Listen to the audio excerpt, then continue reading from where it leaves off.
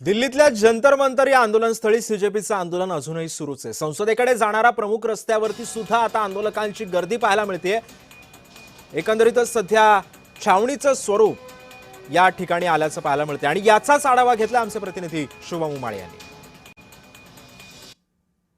सध्या पाहायला गेलं तर दिल्लीतील जंतर मंतर या ठिकाणी येणारे सर्व रस्ते हे बंद करण्यात आलेले आहेत आणि त्याच्यातीलच एक मुख्य रस्ता जो मानला जातो जंतर मंतरकडे येणारा, त्या ठिकाणी मी सध्या आहे आणि इकडची दृश्य मी आता तुम्हाला दाखवू इच्छितो की कशा पद्धतीने या ठिकाणी आंदोलक हे मोठ्या संख्येने या ठिकाणी उपस्थित आहेत। दिपके यांना समर्थन देणारे अनेक समर्थक जे आहेत ते या ठिकाणी उपस्थित आहेत।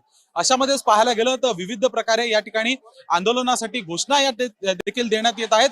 तर मात्र दुसरीकडे या ठिकाणावरनं समजा बाहेर जायचं असेल किंवा बाहेरच्या दिशेला जायचं असेल तर पोलीस बंदोबस्त हा देखील मोठ्या प्रमाणात या ठिकाणी उपस्थित आहे।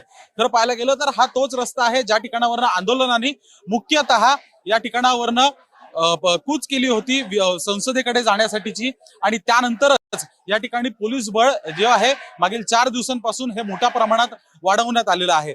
अशामध्येच घोषणाबाजी या देखील मोठ्या प्रमाणात या ठिकाणी देण्यात येते आणि त्याचमुळे कुठेतरी हे संपूर्ण प्रकरण जे आहे हे हाताळण्यामध्ये अपयश येतं एका सरकारला, असा देखील प्रश्न उपस्थित होत आहे।